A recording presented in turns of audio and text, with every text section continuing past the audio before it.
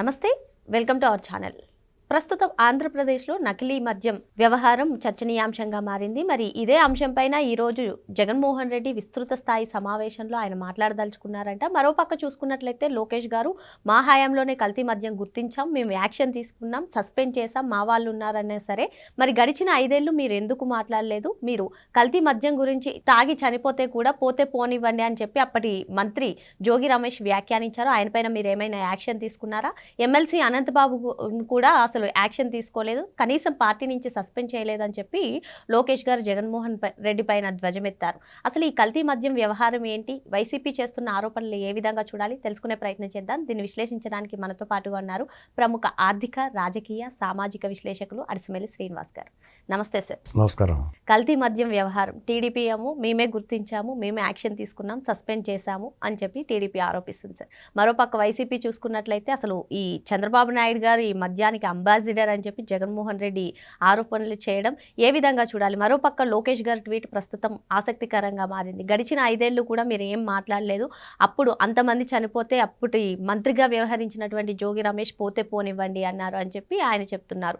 ఇదంతా ఒక ఎత్తు అయితే మరోపక్క అసలు ఈ కల్తీ మద్యం వ్యవహారంలో వైసీపీ హస్తం ఉంది, మిథున్ రెడ్డి అనుచరులు కూడా ఉన్నారు ఇందులో అని చెప్పి పలు కథనాలు. దీని అంతటినీ కూడా ఏ విధంగా చూడాలంటారు? ఇప్పుడు ఏమవుతుందంటే అండి,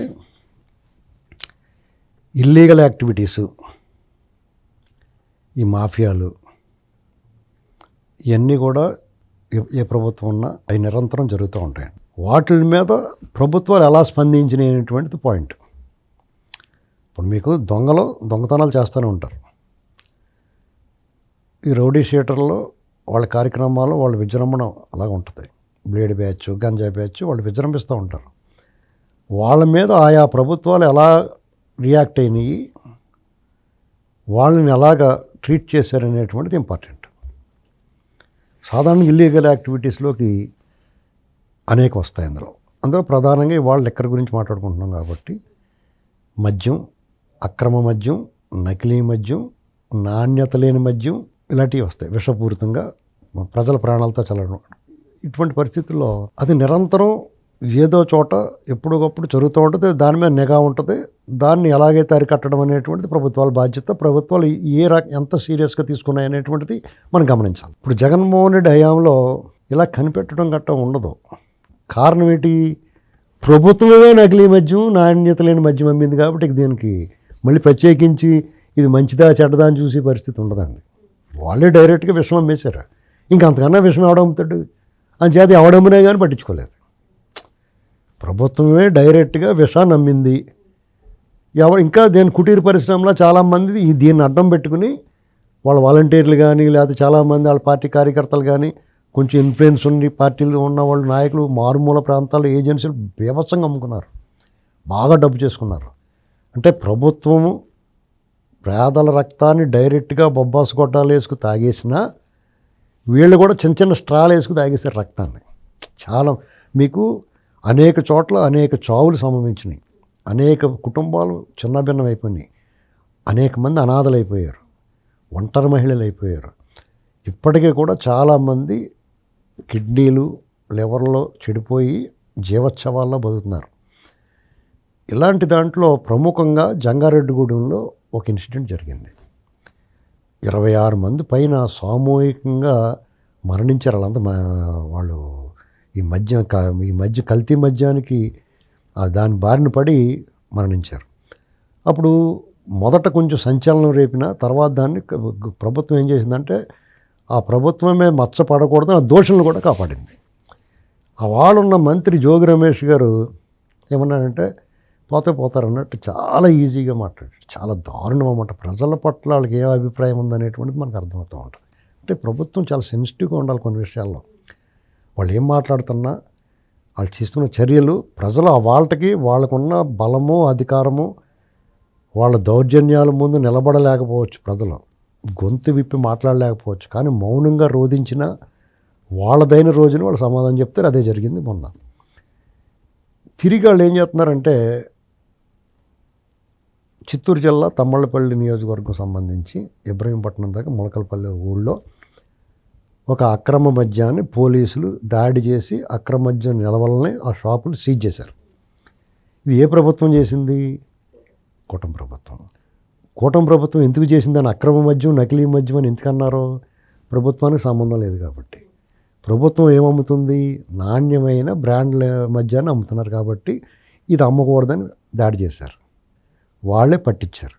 అందులో తెలుగుదేశం పార్టీకి సంబంధించిన నాయకులు ఉన్నారు కాబట్టి ఏకంగా ఇన్ఛార్జ్ కూడా ఉన్నాడు. వాళ్ళిద్దరిని పార్టీ నుంచి ఫస్ట్ ప్రాథమికంగా సస్పెండ్ చేశారు. తర్వాత వాళ్ళందరి మీద కేసు నమోదు చేశారు. దానికి సంబంధించి ఒకడు బెజవాడి నుంచి ఎవరో జగన్నాథరావు ఎవరో ఒకడు ఉంటే ఆడు యూఎస్ నుంచి అక్కడి నుంచో బాబోయ్ నేను వచ్చాను చెప్తానండి బాబు నాకు హెల్త్ బాగాలేదని చెప్పి ఓ వీడియో కూడా రిలీజ్ చేశాడు. ఇక్కడ ఇదంతా పారదర్శకంగా క్లియర్ కట్గా దోషుల్ని ఎవరిని వదిలిపెట్టద్దు. చంద్రబాబు నాయుడు గారి గవర్నమెంట్లో కూటమి ప్రభుత్వంలో వాళ్ళు తీసుకున్న చర్యలు ఎలా ఉన్నాయంటే తమ్ముడు తనవాడైనా ధర్మం ధర్మమే అనేటువంటి భావన కలిగించారు వాళ్ళు. అది నిజంగానే తెలుగుదేశం వాళ్ళు కొంచెం బాధ వస్తుంది. ఇతను ఈ పార్టీ మన తెలుగుదేశం వాళ్ళ మీద చర్యలు తీసుకున్నంత వేగంగా సులువుగా ఇతరుల మీద తీసుకుంటలేదన్న బాధ ఉంది. కానీ ఇక్కడ విచిత్రంగా ఈ తెలుగుదేశం ఇన్ఛార్జి జయచంద్రారెడ్డి ఎవరైతే ఉన్నాడో అతని మీద చర్యలు తీసుకోగానే ఆ నియోజకవర్గంలో సంబరాలు చేసుకున్నారు. దీపావళి 20నో 22నో కానీ నిన్న మొన్న చేసేసుకున్నారు సంబరం. వాళ్ళు కంటిన్యూ చేస్తున్నారు సంబరాలు, వారోత్సవాలు చేసుకుంటున్నారు. కారణం ఏంటి? అతను ఎన్నికలు చాలా ముందు వైసీపీ పెద్దిరెడ్డి వాళ్ళ తమ్ముడు ద్వారకానాథ్ రెడ్డికి కుడి భుజం, వాళ్ళ మనిషి. అతను చాలా తెలివిగా ఇప్పుడు చంద్రబాబు నాయుడు గారి అరెస్టులు, జగన్మోహన్ రెడ్డి దౌర్జన్యాలు, ఆఖరి సంవత్సరం ఎమ్మెల్సీ ఎన్నికలు అయ్యి వచ్చినాయి కదా 23 జనవరిలో ఎమ్మెల్సీ ఎన్నికల్లో 3 స్థానాలు గెలుచుకున్న తర్వాత కొంచెం బుర్రా బుద్ధి ఉన్నవాడికి అందరికీ అర్థమైపోయింది. ఆ తెలివైన వాళ్ళు పెద్దిరెడ్డి బ్యాచ్లు అంతా వాళ్ళు ఏం చేశారంటే తెలివిగా ఒక అడుగటే పెంచేశారు కొంతమందిని. ఇందులోకి వచ్చేసారు. వాళ్ళకి రాజుని మించిన రాజభక్తి లాయల్టీ ఉండే 40 సంవత్సరాల కార్యకర్తలు 40 సంవత్సరాలు విపరీతం లాయలిస్ట్ లేని కార్యకర్తల నాయకుల కంటే ఎక్కువ పనిచేస్తారు. వాళ్ళు ఎక్కువ ఆవరక్షణ చేస్తారు. ఎందుకంటే వాళ్ళకి గూడు దొరకాలి, స్థానం కావాలి ఇక్కడ. ఎందుకంటే వాళ్ళు నిరూపించుకోవడానికి విపరీతం నిజాయితీ ప్రదర్శన చేస్తారు. అలాగా కొంతమంది స్థానం సంపాదించారు.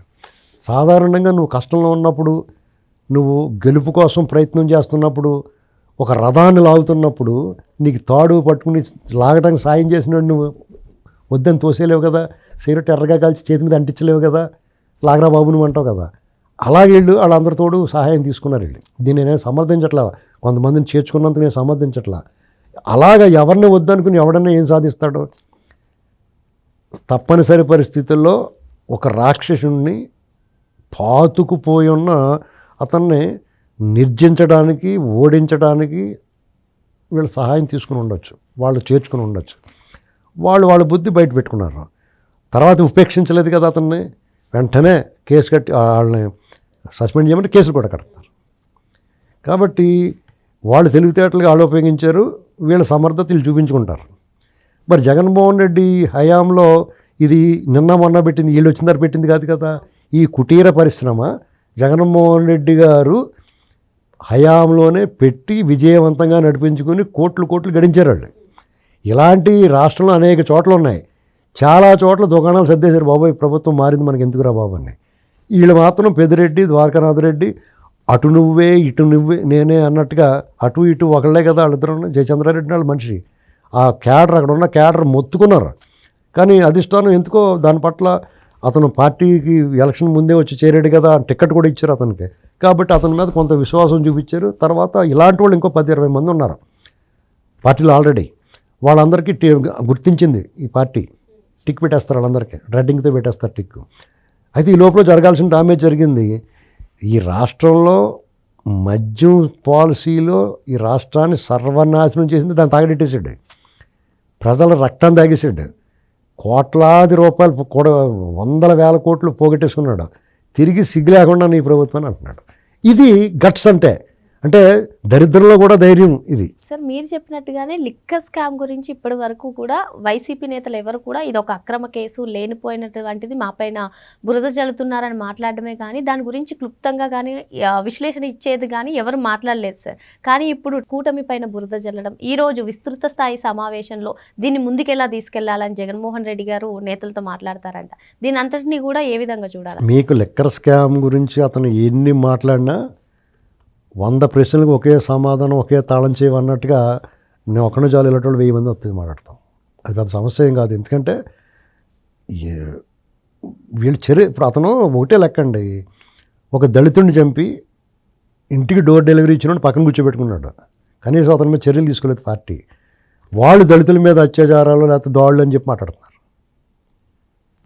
దీనికి ప్రజలంత అమాయకులేం కాదు, పూర్తిగా అర్థం చేసుకోరు. ఇతనికి నేను అందుకునే చెప్తున్నాను, ఇతని కథ ముగిసింది.